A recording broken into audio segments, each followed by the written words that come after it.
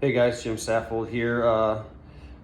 This week's topic is your vehicle and the items that you carry in it for survival. So this is my Ford Explorer. We'll get started. I'll try to move quick because there's a lot in it and my videos have been getting long. Sorry. So starting on the driver's side, these vehicles are really nicely outfitted. Come a long way from Crown Vics, even the Tauruses, with the amount of space and the items and the way we can manage a lot of accessories while we drive. You can see the computer stand, all the radio communications, flashlight recharger, a printer. Under the seat, I keep items I use. This is all the accessories to plug in a color printer that's issued to me in the back seat. PPE kit, head to toe coverage for biohazard situation, reflective vest in case I'm directing traffic. Keep my binoculars, obviously, as a detective, that comes in handy. I always keep a quick meal for long scenes. If you get called out, spare batteries, snacks. These masks were made for my unit, kind of cool. Refill the little piece of paper instead of throwing away a mask.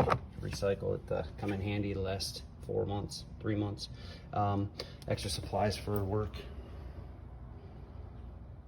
Passenger side of my car, the glove box, pretty simple. It's a puke pail in case somebody gets feeling ill while they're in my interview or whatever. More quick meals, just oatmeal, like oatmeal. Extra roll of paper for my printer, pepper spray, and more distilled water saline for taking DNA samples, business cards, headache medicine. All the documentation for this vehicle when it was assigned to me, and the maintenance records were required to take it in every 3,000 to 5,000 miles to make sure that it's running properly and there's no problems with it. Not much under this seat because it's completely inaccessible, so I don't really put much there.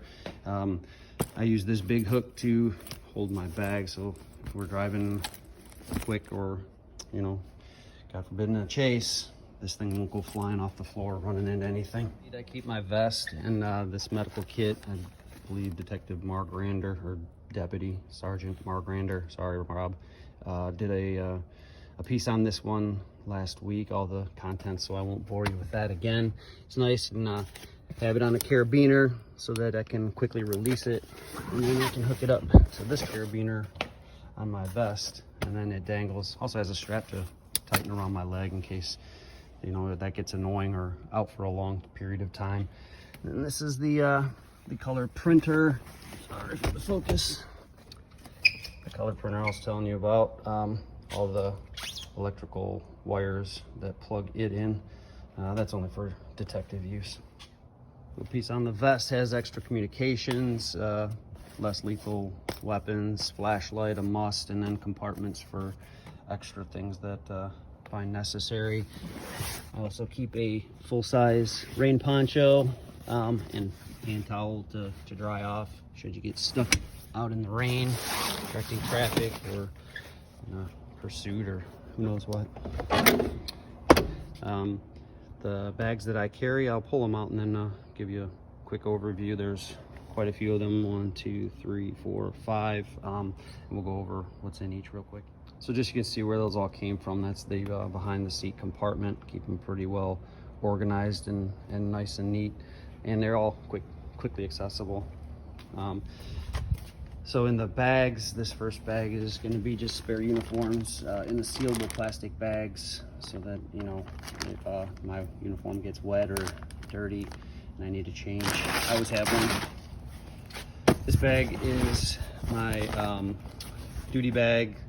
So if I had to perform a patrol task or get reassigned to conduct traffic or anything like that, that has a full uniform that you see the patrol deputies wearing with the duty belt and all of the tools that it holds.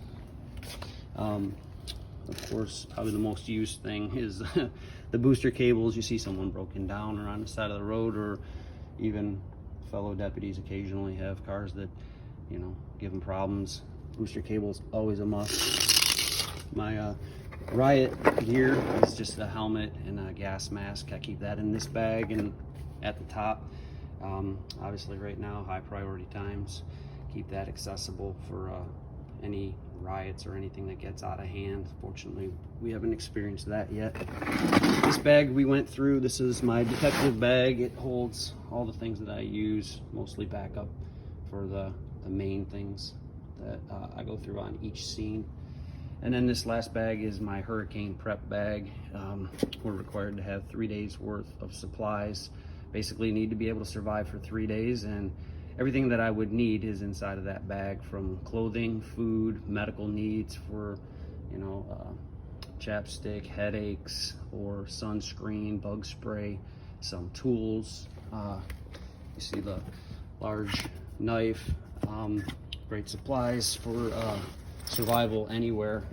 We plan mostly for hurricane preparedness, so this doesn't really match the survival in the woods type thing, but all of the things that we have in here kind of correlate, I guess, a little bit into that. So now getting to the rear of the vehicle, this compartment here holds the shotgun that we carry and any other riot gear that we want to keep secured. I also keep a cooler in there with water and some basic supplies and some more snacks, ear protection, eye protection, and road flares. Those are also pretty commonly used, especially at night for crash scenes or anywhere you want to deflect traffic. I keep an extra roll of crime scene tape just in case, you know, we need to move people back. I did the piece last week on this tackle box. It contains all the things that I use on a regular basis at a scene, so I just grab this and usually my camera and a clipboard and head to work. Little fire extinguisher is awesome for putting out small fires, most commonly by the roadside, cigarette butts or whatever. You know, we all have them, so we can extinguish those before they turn into big problems. Always good to call the fire department for those anyway, just in case it reignites and they can come play with their toys. These are supplies just for me for work, boxing and packaging evidence that I collect, more backup weaponry, and more backup tape, and another first aid kit, which is issued. The medical kit that you see in the red pouch is more of a trauma kit for serious injuries at a scene where you need a tourniquet or a sucking chest wound plate or quick clot. This would be more for cuts and scrapes and minor injuries. That's about it for my vehicle, and probably the most important part of any vehicle would be the spare tire and the jack that's kept underneath this box. You lift this up after you move a couple things, and then the strong arms hold it, and you can access that pretty quickly and easily. My bicycle is a well-used bike. See, I'm a big Michigan fan. Keep my garage nice and neat. My bike hangs right there next to my wife's. This is a $100 Target bike that I have about 1 million miles on. It does the job. I take it to the woods. I've taken it to the trails up in Alva. I love cycling. I try to bike every day if I can. If not, at least 3 times a week. A couple modifications to this bike, or the seat I added in a shock absorbing post.